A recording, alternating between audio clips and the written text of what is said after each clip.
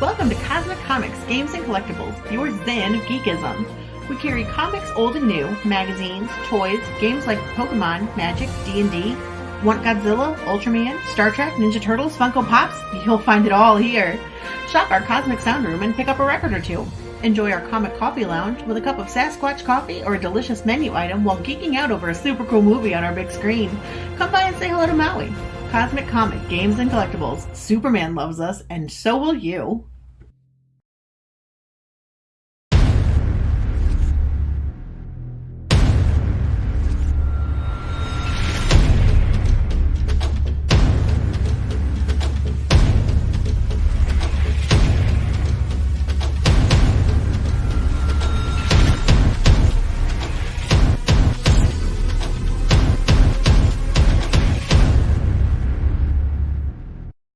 When we last visited Planet Christmas, the Nutcrackers were at the height of their powers, but the tables are turning. A secret enemy has been manipulating the battle from behind the scenes, and now his plan for intergalactic domination is about to be put into effect. Our hero Garrett will encounter new friends and unlikely allies who might help him defeat the planet-conquering warlord, but there's no telling if they'll make it out alive. This 25-page third issue is fully illustrated by Raphael Sam, lettered by the talented Eric Hodson, and written by myself, Ryan Haack. Back this book and enter the fantastical yet dangerous world of BRIC-A-BRAC. And good evening, everybody. I am RJ Carter, Senior Managing Editor here at CriticalBlast.com. I do stuff for all the other Critical Blast things too, which you've all heard me say at the beginning of every video here. It is December 2nd, officially into the Christmas season, although the air conditioner has been running today and it's been hot. So I'm like, why? It's December. Well, I'm in the South, so it does that down here. We don't quite get the same thing. We'll get an ice storm, and it'll come like in March and frighten us and surprise us. That's just how weather works here in the mountains. Tonight, we are going to get into the Christmas spirit nonetheless, however, as we delve into BRIC-A-BRAC number 3. So if you haven't been around for number 2 or number 1, we'll catch you up on the story. And if you find yourself interested in the book, and it's a really good looking book, so there's a very good chance that you will, you can also catch up on the physical copies. With us tonight, we have creator Ryan Haack. Ryan, how are you, sir? Really good. Really good. So I expected when you would come on that there'd be like, bountiful fir trees behind you and, tinsel and garland hung all over the place, twinkling lights and all that stuff. Why are you not living Christmas 24/7? Well, the lights are over here. As you can see, the lights coming towards me. I probably should flip around, but I don't have a tree yet, but I will. I guess the short reason is I live alone in my own apartment, so I don't really have all my own stuff yet. So if I were living at my parents' house, I'd have more things, but I just kind of live. I'm on my own right now in New Jersey, and just kind of accumulating my own Christmas stuff as time goes on. But I need to get a tree and stuff like that. I need to get on that. Find you a Hobby Lobby store. Yeah, exactly. They start selling it in July. Oh yeah. Oh, now yeah, they really do actually, because they've got all the crafters have got to stock up their holiday booths for Christmas, so they've got to buy the stuff early and then sit at home for 6 months and hot glue it all I together. sympathize for them, because like we were talking about before, advertising a Christmas book, you have to know when's the right time. And like the past couple years, as you know, because you've interviewed me for these, I launched I think once in September, which was a bad idea, and then I launched in October, which was a bad idea, and then I launched in mid-November, which was a decent idea, but this time I've decided definitely just gonna wait till December, because I think that is the best way, because it doesn't really matter if we go over Christmas. It's like I was always fearful of I'd want to give people a taste of the book before Christmas, but I think I still will be able to do that, even though the campaign's still going on. So my theory this time is just hopefully, and it's proven well so far because we're doing pretty good, but yeah, just kind of trying to keep it in December, really, for this campaign. All right, so you're keeping it in December. I'm looking at the campaign here, and I'm going to share the page. You've got a February delivery date. Yes. So So how's that jibe up with Christmas delivery? So we're basically working on pages currently right now, just kind of trying to push them out. And while the campaign's going on, I'm basically working with Raphael on pages already. So we're in progress. We're moving already. So the money is just reinforcing that, and what we'll make with this will just, allow us to make those extra pages we need to, and then also obviously pay for the shipping and stuff like that. But basically to make that February deadline, we're just continuing to, there's not going to be a halt until we receive the funds, if we succeed, God willing. But we're just going to keep going and during the month of December and while the campaign's going on, which is kind of new for me. The other campaigns, I kind of just, while the campaign was going on, was just focusing on advertising. But at least right now, we're kind of working on the book while the campaign is going on. So to make that February deadline, I think it will definitely be possible. Got folks in the chat. Clyde Crash Cup says the fiends, they even control the trees. The Christmas trees. And some big jerk, you're not so big of a jerk, saying howdy, fellas. I think it's kind of a nice guy thing to do. So he's cool. He's done fan art for me. So well, thank you both for showing up here in the chat. Appreciate you guys. Yeah, definitely. You're at $240, 4% of a $6,000 goal, 30 days. Yeah, that's not a bad goal. I think that can be done. Definitely. And you're on day one. Yeah, day one. So it can only go up from here. Oh yeah, absolutely. So how big is the BRIC-A-BRAC story? Well, before we even get into how big it is, it's been a year. It has been. We have new people who are going to be watching and listening. So what is the BRIC-A-BRAC story? Well, it is basically the story of a Christmas planet that used to be really peaceful, and there was really no conflict and nothing like that. It was kind of just like the kind of what you dream about when you dream about Christmas and what it feels like.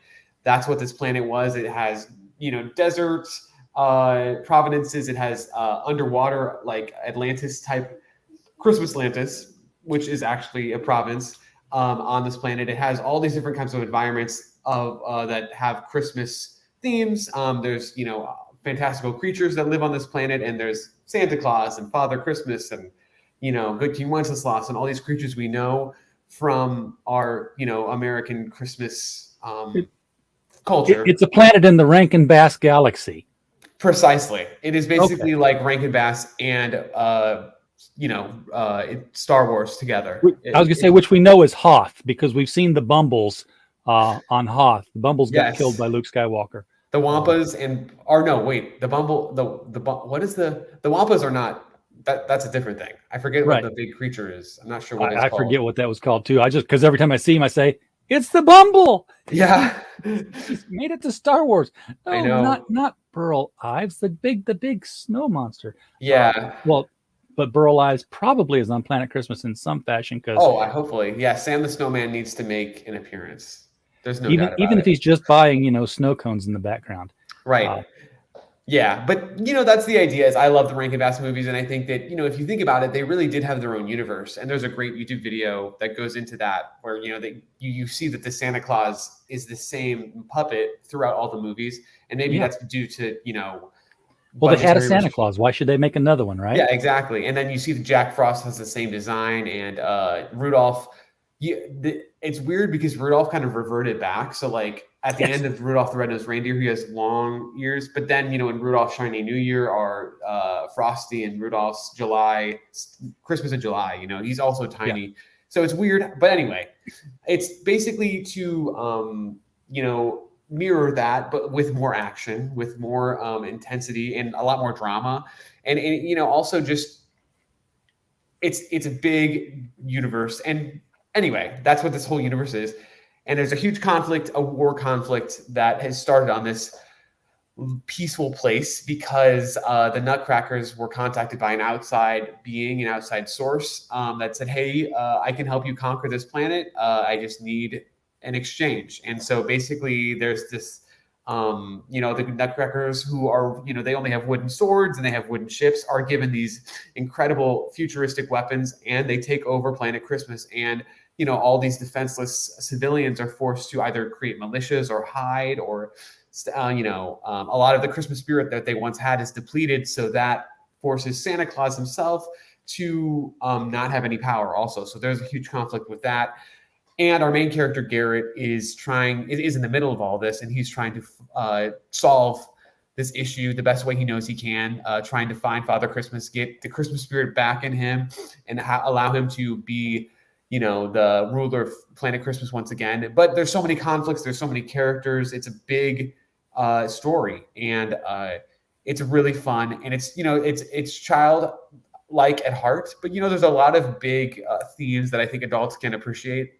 And I mean, war is obviously a very it invites exciting storytelling. So it's just a really fun series, and I'm really excited for this third issue, because if all of the issues, I would say the first one is like the beginning of the journey. The second one is entering a new conflict. This one is really all out war. There is several battle. There's a massive battle in this story where it's like Good King Wenceslas, Father Christmas, and all his elves and the Nutcrackers going at each other. This is the fight, and so it's really this is the exciting. Empire Strikes Back. Yeah, or it's weird because there's going to be a fourth one, and maybe even, and we'll talk about this later, more continuing after that. But yeah, sort of like that. Or maybe like an Ewok battle at Return of the Jedi kind of thing too. Just like a massive battle, right before the end. So it's really, really a fun issue. And as you can see, the cover alludes to this like fire. We've never really had that kind of dark imagery before with the series. So we're trying to kind of go into those waters with this one. But anyway, that's the story of BRIC-A-BRAC, basically. There we go. So Garrett is your main character, and he's a native of the planet. He's not like some Earth kid that's made it to a Christmas planet through a portal or a dream or something. No, he is basically just a kid raised by sugar plum fairies. We haven't really gone into his backstory. Maybe in the future we will, and I think that's definitely something that could be interesting to explore. But as of right now, he is just a native and trying to save his because he's been the only one that looks like a normal human kid so far. Right, exactly. Yeah, and also something I didn't mention is the Nutcrackers have kidnapped his friends, because the thing is that the kids in this planet, they still have remnants of their Christmas spirit left, whereas the adults have become very cynical and they've they've lost it. The kids know where Father Christmas is with their kind of ability to understand what their Christmas spirit, really. They still have some of it left, and that's valuable to the Nutcrackers, because the Nutcrackers want to take out Father Christmas. He's really the only one threatening their ability to take over this planet, because he still has that immense power. He's just lost it for the time being. But anyway, so that's another thing I probably should have mentioned. He's lost the ability to channel it and access it. Right, because he used to kind of be a monster hunter. I mean, whenever there was any problem on Planet Christmas, he would take it out and the peace would remain, and that's happened for thousands of years. But as you can see, and there he is. There's Santa himself. Yep. Slaying monsters.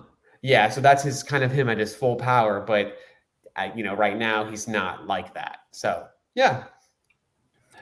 Now, I'm going back to the main cover here, because you got other characters on here. The obviously there's one of the Nutcrackers off to the side here. Yes. The main guy. Yep. The main villain. This is Wenceslas in his armor. Yes, correct. I'm remembering everybody. I forget her name and what she is, but I keep thinking that she's like a cookie. But she's not a cookie. Gingerbread. She is gingerbread. Marie. Yeah, she's a leader in the Christmasville militia type group that is basically, like I said, they're the little man trying to fight against the Nutcrackers, and really they're completely unequipped, and every time they go against the Nutcrackers, they lose.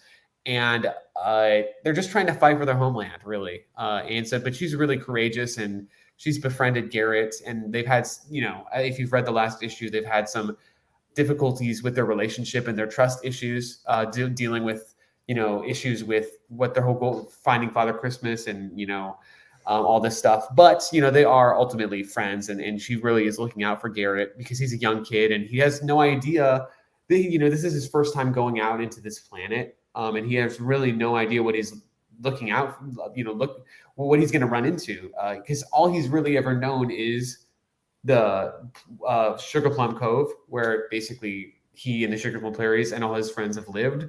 But after the Nutcracker seized that island, he has basically been wandering Planet Christmas trying to find Father Christmas himself since. So he needs kind of a sisterly figure in Marie.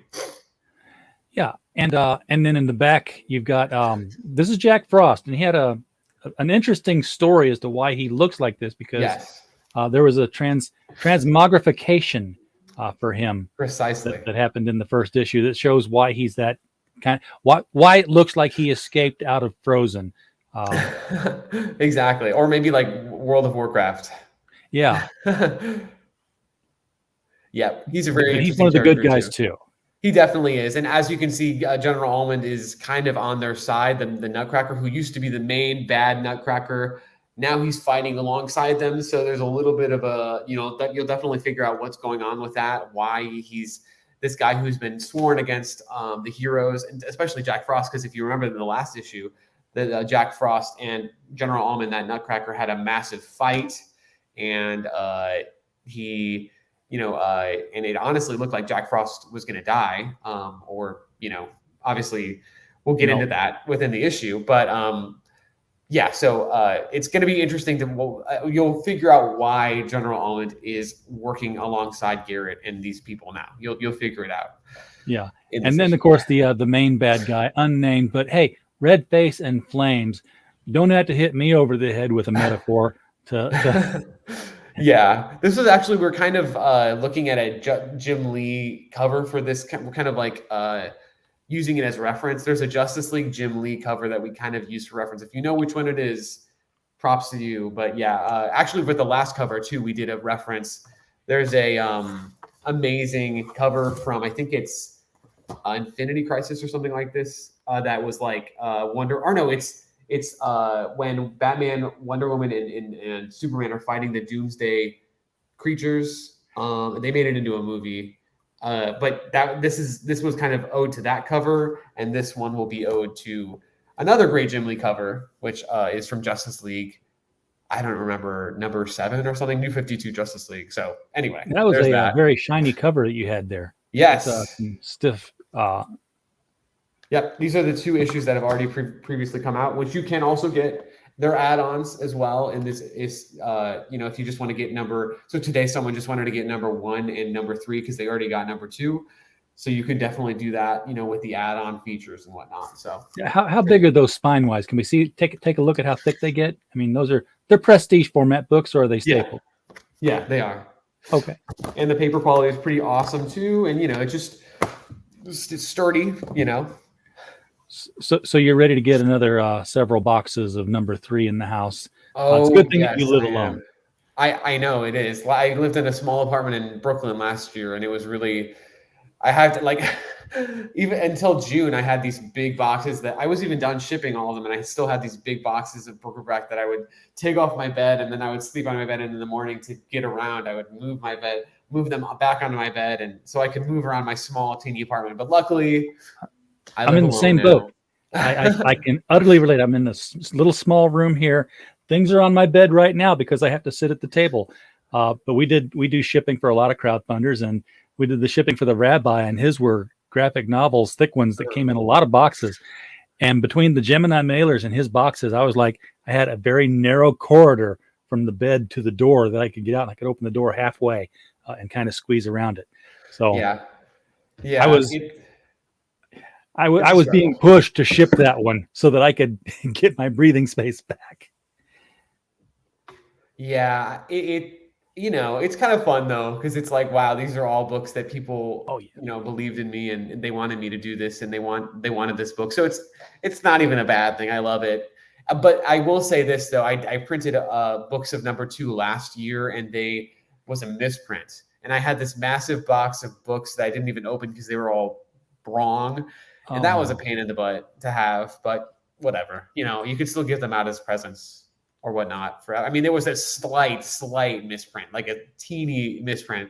that you would only see on the edge of the cover. But I can't. So you could like donate that to a library or something. Yeah, exactly. So it's nice to have actually. So Now this is a picture from book 2, I believe. That's one this actually. Is still book 1. Okay, because the original. I remember we went over it before. I thought it was the fresh one then.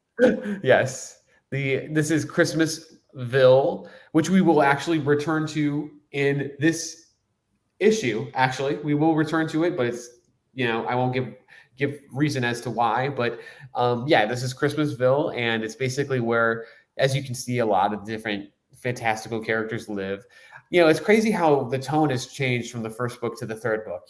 Like obviously, just as stories go, that's how it goes. Things get darker and whatnot. But like, it's funny, like looking back at the first issue and seeing how like bright and poppy everything is, and now like looking at the second and what's going to happen in the third, especially how it's like basically all at war. It's so different, So it's just kind of cool how each book has their own little identity. Yeah, and because I remember the snow spider. Yes, here, and I was like, yes. He's going to come back. What movie he comes out of, but he will come back in this third issue. Actually, there is a scene with him. So that's Mr. Longlegs. Yes. So that's gonna be cool. So is there any art that I'm looking at here that's from the current issue? That one, the first picture and the second picture are from issue 3. Yes. Okay, so this picture and then this picture here. Yes. Okay, because this was released early then, because I remember we saw this picture before, but this was not in 2. This was saying, hey, here's what's coming. Yes. And this is him on the summers into a magic carpet, and he rides them out to get away. Looks like he's being chased by Wenceslas. Yes, he is. Yep, absolutely. So we'll definitely figure out why Wenceslas is also chasing him, because that also is kind of a plot with him, So that's another fun thing that kind of ties into that. Which Good King Wenceslas is also a really interesting character, because he kind of brings into like the idea of the question of like religion into this book, and I'll talk about it a little bit. Like, he's kind of searching for a Christ on planet Christmas, and he hates Christmas. The Christmas iconography, that isn't Christian or whatnot. He's really very religious, and so I figured like in order to capture the true essence of a planet Christmas, you definitely need to have someone who's like very religious and really, really rejects any like commercial Christmas. And so that is really good too. That would imply that Planet Christmas had a history on it that involved the Christ character. It will have one, because he's in search of one, and he believes that Garrett might be that one. But obviously, I'm not going to give anything away about that. But he isn't.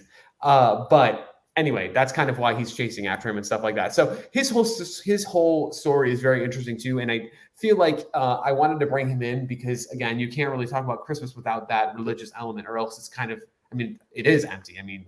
Obviously. So I feel like he's a very, very necessary character. I was nervous about bringing him in because, again, I don't want to like preach to people about Jesus or whatnot. Obviously that, people can have their own beliefs and stuff, but you have to. It wouldn't be a holiday if it hadn't, been for him. Exactly. So. And if you think about it, Rankin Bass also had, the Little Drummer Boy, which had Jesus in it. And so if we're trying to Nest of the Long-Eared Donkey. Yeah, exactly. Yeah. And also the Little Drummer Boy too. Yeah. And so like, if we're really trying to, make ode to those two, it's only right to mention that. And, it's important. And being a Christian, I think it's just, you can't talk about Christmas without that. So anyway, that is the whole Good King Wenceslas stuff. And we'll get into that more and what his whole deal is. But he's a really cool character. And one thing about him too is he's having a print. There's going to be a print just of him, and it's going to be Frank Frazetta-ish. Think Conan, Frank Frazetta cover. So that's coming out in the next couple of weeks. My friend Tom, who's done all the other covers, is currently working on it. So that will be coming, and that will be the exclusive print that everyone who gets a physical copy will receive. So there's okay. That. It looks like there's some Dickensian elements in here as well.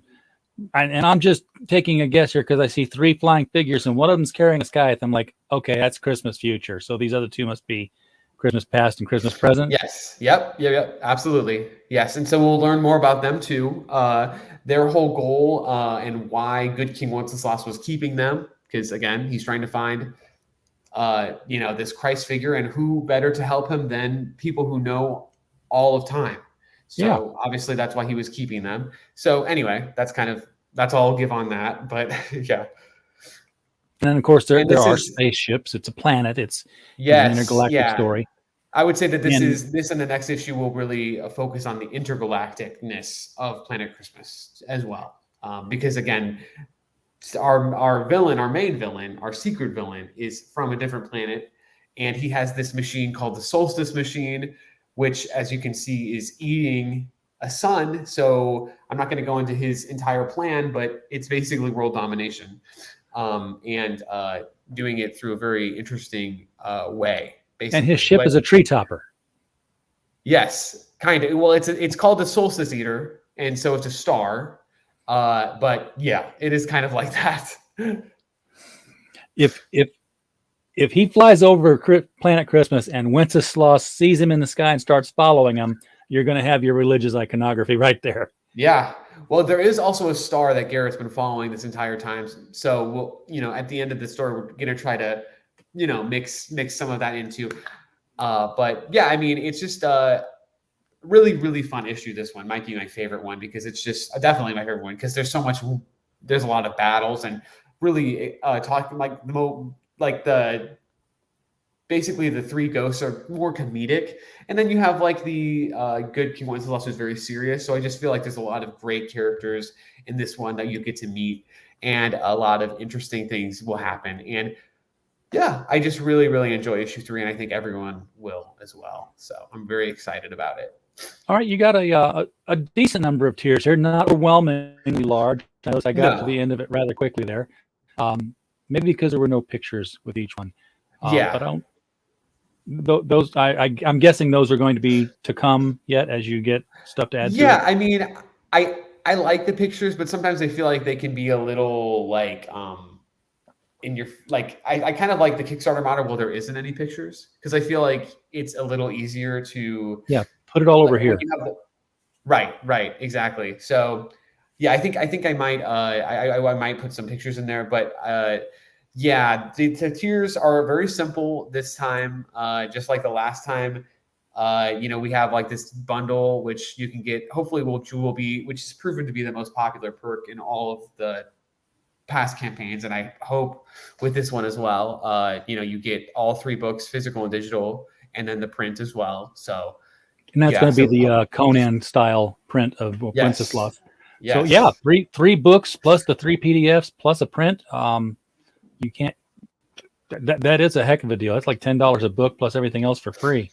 Yeah. And then we have our digital, kind of standard here, and then the physical, which also gets you, the digital and physical, and also the print as well. So, yeah. And yes, Clyde, Good King Wenceslas looked out on the Feast of Stephen, and then he kicked its ass. Yes. Yeah, he's definitely a fighter. His knights don't play games. I'll just say that. You'll see. I was scrolling down to look for this because I know I have people who come to the campaigns like, do you have an all digital? And the answer, George, Robert, yes, there is an all digital. It's right here. Yes. All 3 books in digital format, $20. So you can catch up on the entire story from beginning to now. Absolutely. Now, what's this donate BRIC-A-BRAC? This is interesting.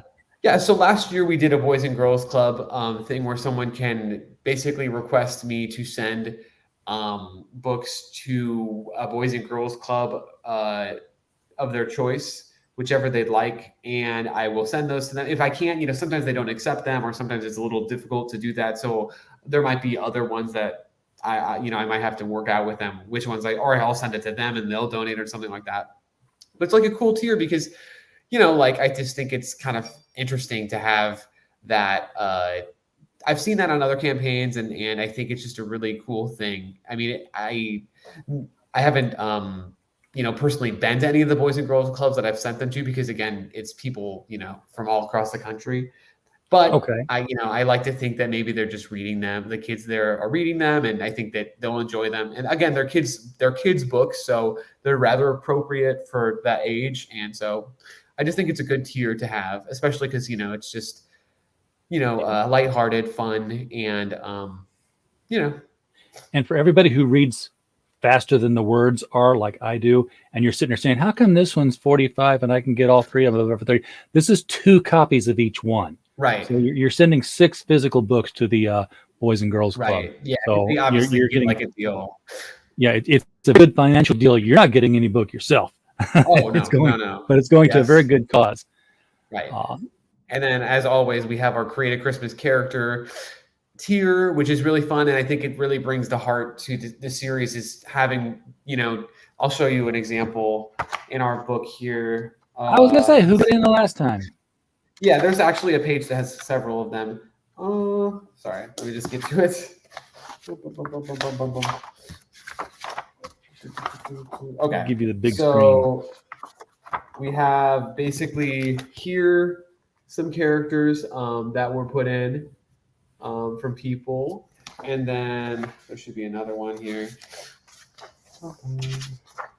Here as well. So we kind of put them in this little den that the Nutcrackers are keeping. These are the children who they've been keeping, and let's see. There's a couple other ones. There's some here too. That was actually a person who wanted to put their face into it, and then this is someone's character. So just really, really interesting. These were 2 kids that were put in by someone as well. So they wanted their 2 kids in the book. So I just thought that was really cool. And yep, Frog. Yeah, exactly. His character is in it, Frog. And this is the fight I was talking about between Jack Frost and them, this massive battle. And you can expect more like this, in fact, way more, because it's going to be probably like a 10 to 12 page battle in this issue. But anyway, 12 page battle out of a 24 page book. That's a good chunk of the story right there. Yeah. It's a big, and deservedly so, because how many years has it been? Like 2 years, everyone's trying to figure out they want to see this big battle, and finally it's coming. With the Force issues, there's going to be more of an intergalactic battle, so it's going to be more spaceship involving. But this is like the Christmas creature battle. The other one is basically, which will come, is, as you'll see, more Star Wars-y like. But this one is real battle, so it's fun. And unlike a lot of the other tiers I've seen where people can get drawn in, you still get the book with this. Sometimes you have to still buy the book separate after you get your character drawn in. Because that's at least all the tier says. Have your character drawn in. Doesn't say anything about getting the book. So you still get your digitals and physicals and the print, and you get to create a Christmas character. So you're basically getting to create a character for $60. Absolutely. Which that's a deal right there. And I know there's one guy, and I can't remember his name. All you folks in the chat who do all this crowdfunding stuff on a regular basis, you'll know who it is. He looks for that tier on everything. So he's basically got a collection of him. That's kind of amazing. He's like Stan Lee in the MCU. He's just crossing over. That's amazing. From movie to movie. I love the tiers where you can actually buy pages. I love that. Unfortunately, Raphael only works digital, but I would love, in one of my campaigns eventually to do that, because I think that's just so cool. Having original art is amazing. Yeah, the thing about digital is that he can't sell it himself after either, though. That's it might be 7 of 9 Frog G. I just can't remember his name. But yeah, he gets himself into every book, and then he buys the book, and then he's got this collection of books that he is in. So he's this awesome. wandering crossover. He's a pariah, wandering into one universe after another. That's incredible. I'm going to say that book 3 is not the culmination of the story. It is not. No, it is not. And honestly, that's kind of a new thing, because I was thinking, I think around this time last year, I was like, oh, 3 is going to be it. 3 is going to be, but it's not it. I realized that the story is a lot bigger than that. And maybe even after 4, which is the culmination of this arc, there may, I think we may continue on, because I feel like there's just, again, the planet, this whole Christmas thing really invites exciting storytelling, and there's just so much we haven't explored.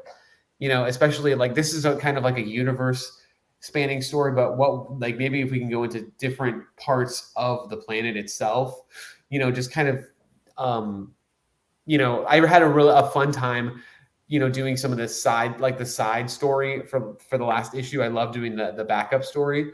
And I just can imagine like making a deep lore for this world being really, really fun. So I don't know if I want to say goodbye, with issue 4. Yeah.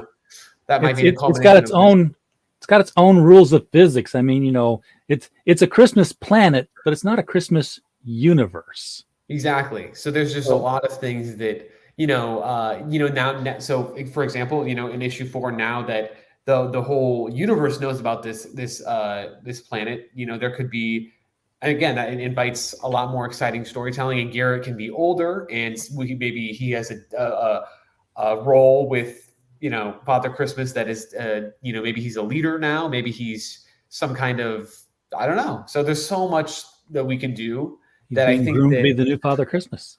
Maybe there could also be that as well. Maybe he will grow into that, and there's a lot that we can do. And I really don't want to leave it, because every Christmas I look forward to it, and I just don't think I want to say goodbye. And I think a lot of people do too. It's become a crowdfunding tradition. Exactly. I keep stopping myself from saying it's become a Comics Gate tradition, because I don't know if you are or not, and I don't care if you are or not. I like everybody. Yeah. But it's a crowdfunding tradition to have the Christmas book out every year. Yeah, I love it. And I think I like the enthusiasm today when people were like, oh, it's back. I'm so happy. Yeah, I'm so happy that everyone loves it, and people who like it really like it. And that's all I can ask for. And I appreciate everyone, helping me out and making it real, because it's a Christmas dream. I love it. Yeah. And still a very active chat out there. I see Mike Walters in the chat, getting ready to prop up the mic stand, which comes on right after our show. So when we're done here, pop over to the mic stand, and Mike was going to go through the news of the day, the niche news. So if it's been happening in comics and pop culture, he's going to be covering it there. Like to give a shout out to that. Trying to think what more I can ask about this book. Just make sure I haven't missed anything. Are we going to meet now? Okay, I know what I'm going to ask.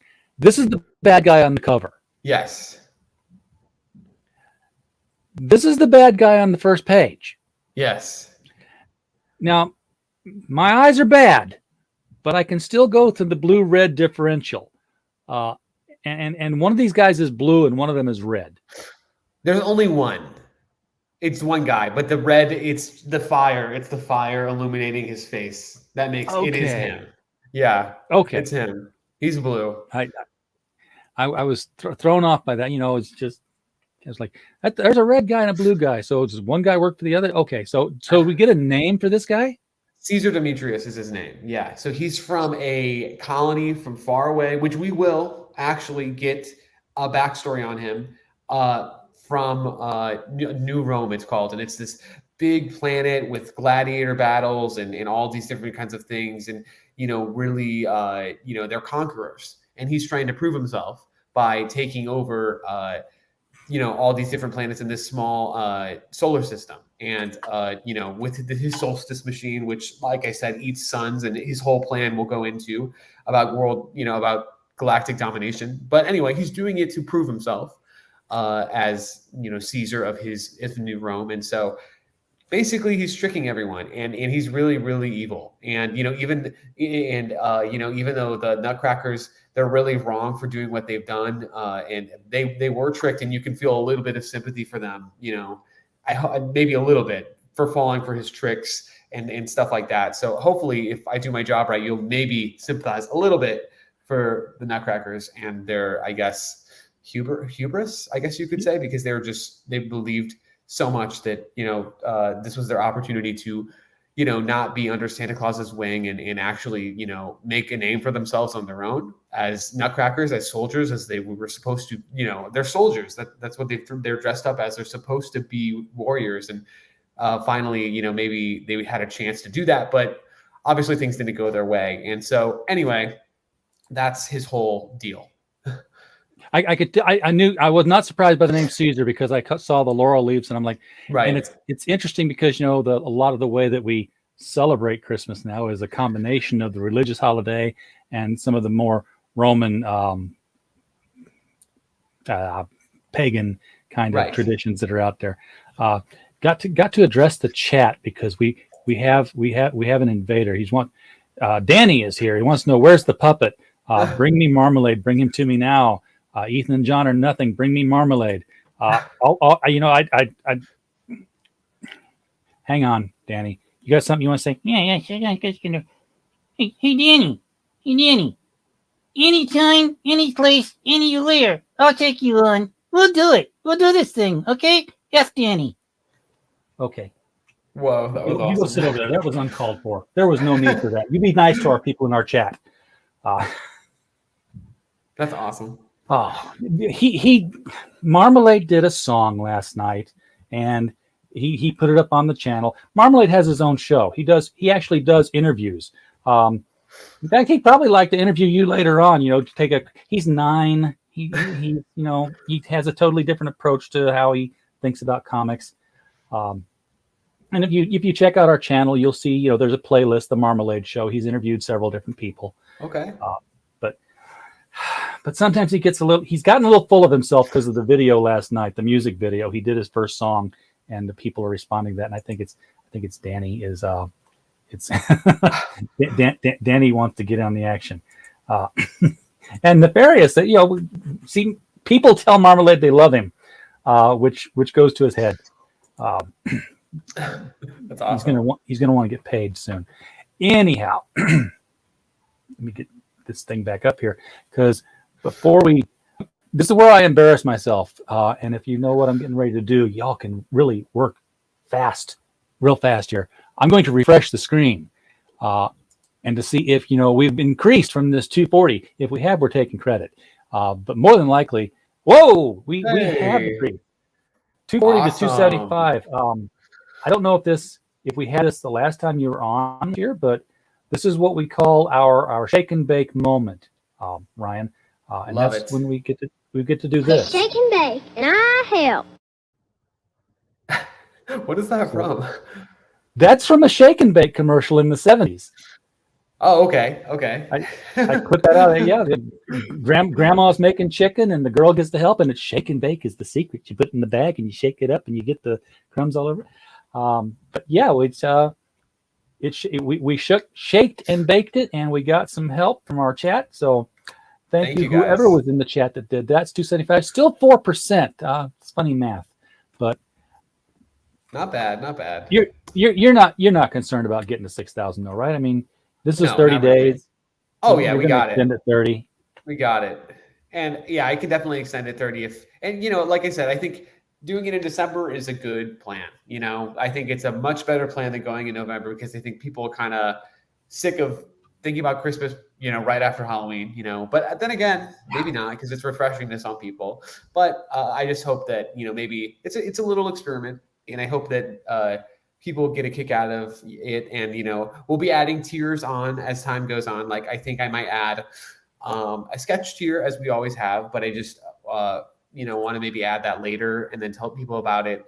And also we'll be adding new pages. As I said, we're still working on pages as the campaign is, continuing. We're definitely working on pages and all that kind of stuff. And I'll be doing interviews as much as possible, trying to get the word out. And and a share helps a lot. As you know, especially on Twitter, it seems like is the most receptive.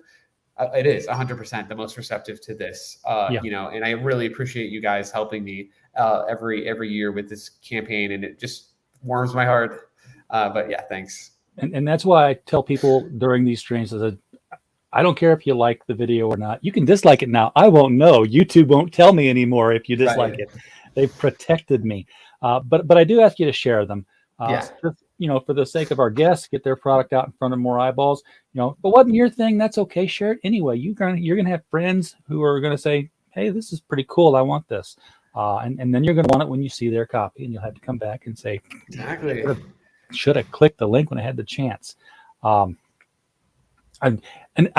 sorry. My mind was wandering when you said something about how Christmas begins right after Halloween, and we're talking about Planet Christmas. I'm like, wouldn't it be really cool if there was a Halloween planet and the Christmas and Planet Christmas, And there's another whole war that starts from the asteroid belt of turkeys that are being tired of being squeezed out between the two.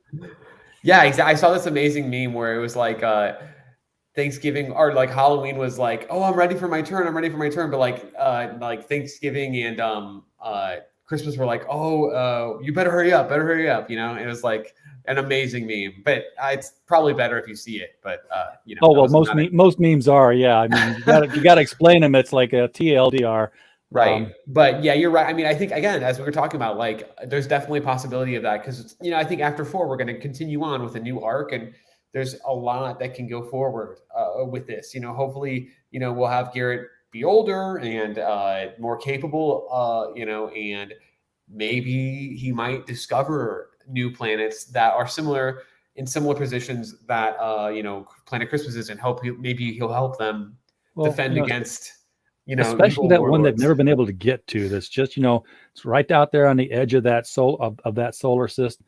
It's kind of like pink and purple. It's got some pretty stripes that go all around it and symmetrical. It's a little bit of an obloid spheroid more than a perfect sphere too. Yes, exactly. But I would love to see, you know, if we're doing an ode to the Rankin Bass universe, you know, they did an awesome movie called something in Leprechaun Christmas Gold. I don't know if you've known about that one, but I don't know about that one. Yeah, something's Christmas Gold, and it's a Rankin Bass one, and so, you know, we could definitely incorporate, you know, St. Patrick's Day for sure.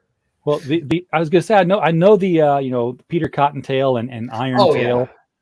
Jack Frost, but there's some strange ones like there's the I think we were talking about this. They did one of the life and times of Santa Claus. Yes, the L. Frank Baum story. Yeah. Which puts Santa in the land of Oz, by the way. I mean, he's born in Winky country. Right. That's so cool. I love that he did that. And one of my favorite Rankin Bass films was never shown at the holiday time. It was always just shown like in the middle of summer on syndication television as like a Saturday afternoon fill-in movie when they weren't doing Abbott and Costello or something. Yeah. Mad Monster Party. Oh yes, I think that's the first one they ever did. I mean, I think that was like the first. They did like a Pinocchio thing, but that was like the first real big one they did. Yeah. They had Boris Karloff and Bill Diller doing voices. I was like, this is cool. And then they had, you know, the guy who was basically imitating Jimmy Stewart as the young mad scientist who wasn't quite competent. Yes. Mad. Yeah. I love those movies. And Francesca, the Jessica Rabbit before there was a Jessica Rabbit, Francesca. Yeah, those movies just had such a great innocence to them. I just wish that like there were movies like that, you know, with all the, you know, somehow they were able to tell like kind of complex stories in 1 hour. I just watched Rudolph's Shiny New Year today, and I'm like, yeah, it's definitely silly and there's a lot of plot holes, but at the same time, it's like, I love how you could just escape. And like, it doesn't make sense that Rudolph's the only person that can save the baby New Year, but yet why not? You know, why not? Yeah. You know, but he wasn't the only person because he had to get all that help throughout the entire year. You know, there was who else? You know, Maury Amsterdam, Ben Franklin, and the Knights, and the caveman, and also the whale with the clock on his tail. So he did have help. That was that was them basically saying, let's see what kind of creatures we can make and put a story around them with Rudolph. Yeah, but what's crazy is that one came out in 1976. So Rudolph came out in 1964. So it'd been 12 years since Rudolph, and it'd been, I don't know, they made Santa Claus is Coming to Town in 1970, and I think they made, what is it, The Year Without a Santa Claus the year after. So I mean, it's kind of weird how that there was a huge gap, like a massive gap between the first Rudolph and Rudolph's Shiny New Year. Like that's it'd been 12 years since Rudolph had even appeared in anything, which is pretty crazy. I figured, you know, that they were going to get that do a Disney, you know, and re-release and get that whole new generation interested in Rudolph again, which was silly because we were interested every single year because it was 1970. You had that one night to watch Rudolph. No DVR. But what's interesting about that, I know we're kind of going into a just Rankin Bass. I could talk about Rankin Bass all the time. But what's interesting about Rudolph is that they actually had to change the end scene, I think, like at the end, like because kids were complaining that Santa never went back to the island of misfit toys in the original version.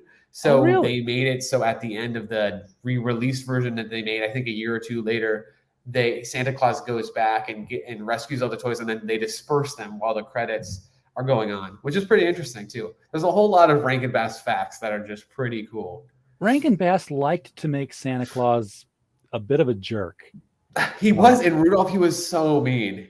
Yeah, he was so rude. He was like, why? He was mean to the reindeer. In the Year Without a Santa Claus, he's like, I'm taking it off.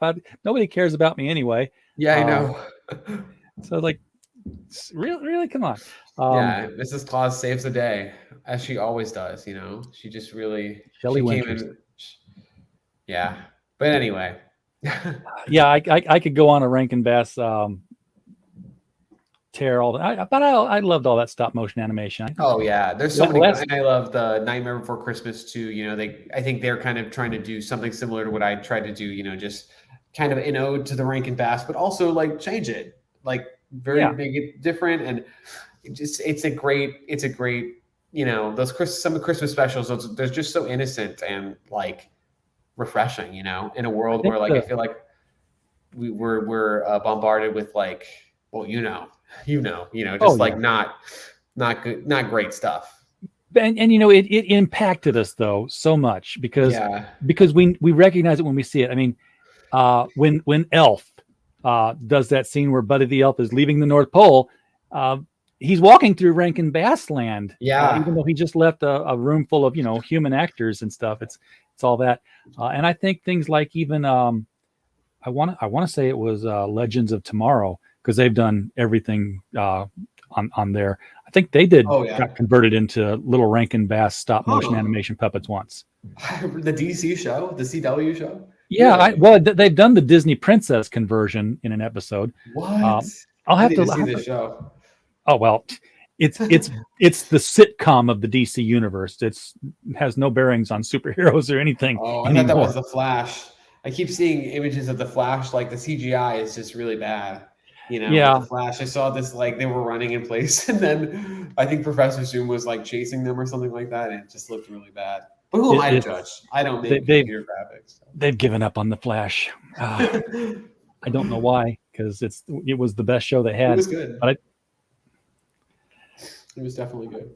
That's another. Yeah. Oh, it was great in the beginning. But that's a whole other show. Anyway, Ryan, thank you so much for bringing BRIC-A-BRAC on here tonight. I'm going to read it one more time just to see. I know hope springs eternal. No, I didn't. I overreached. Okay. So, but we did get at least one backer on here. You're up to 10 backers now. Awesome. And I'm sure we're going to get some more because people do come in on the replay. That's, you know, live streaming. There's a lot of competition. Pops was in here watching our stream while being on somebody else's stream and sharing it out. So the man's committed to sharing the good word of who's making comics.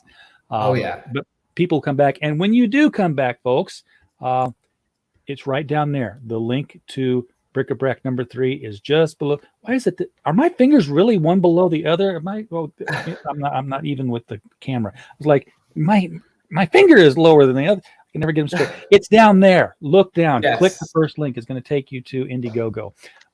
It's also at the top of the chat. If you're still here, it's pinned right there. So again, Ryan, thank you so much for bringing it on here tonight. Appreciate having you on. It's a pleasure. Always. Could talk another hour about watching Rankin Bass stuff and all the stuff we like. You watch Corpse Bride? I loved it. Yeah, love it. Yeah, my favorite thing in Corpse Bride goes by in a second. Is when he's playing the piano. Oh, the hand. Yeah, well, it's not just the hand. Have you seen the brand name of the piano? It's a Harryhausen. Oh, wow. I was like, yes, that's Ray Harryhausen, people, worth a Google. I love when his eye, the skeleton who has like one eye, it like moves this way. Yes. When he's during that scene, that's probably the best part of that entire movie, obviously. The whole bar scene when they're singing the song. It's great. Stop motion is a great kind stuff. of animation that would have to just drive people insane. Oh yeah. If you move it too far, you're like, how do we get back where we were? Yeah. What's his name? Henry Selick, the guy who directed. Yeah, that's the guy James who and did the Giant Peach. Yeah, and Nightmare Before Christmas. A lot of people think that Tim Burton directed Nightmare Before Christmas, but no, it was Henry Selick. And honestly, Tim Burton really didn't have much involvement at all. He was doing Batman. Yeah, You know, it gets his name at the top of it all the time. Of course he does. But I mean, I like Tim Burton. I'm not trying to but I'm saying Henry Selick is the unsung hero of that movie, Nightmare Before Christmas, for sure. 100%. James and the Giant Peach, Coraline, Henry Selick is he's a god. amazing. He's a god. Anyway, well, not God, but he's great. Well, not the God. I said a lowercase. Yeah. All right, folks in the chat, thank you so much for being here tonight. Do appreciate you. We don't have a show without you, and we had a very good show tonight, I think. Absolutely. So, with that, as always, we just hope you had a blast. Good night.